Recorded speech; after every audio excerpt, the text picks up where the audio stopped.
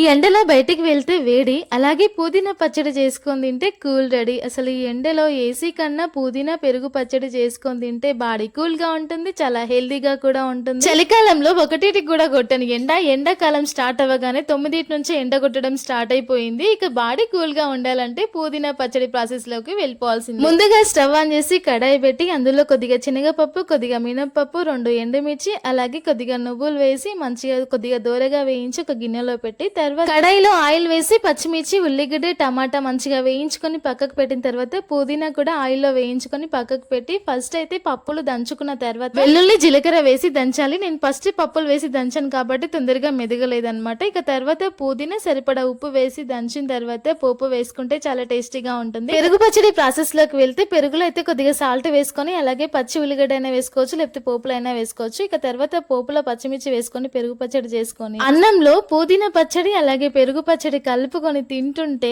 నేను చెప్పను, మీరే ట్రై చేసి కామెంట్ చేయండి.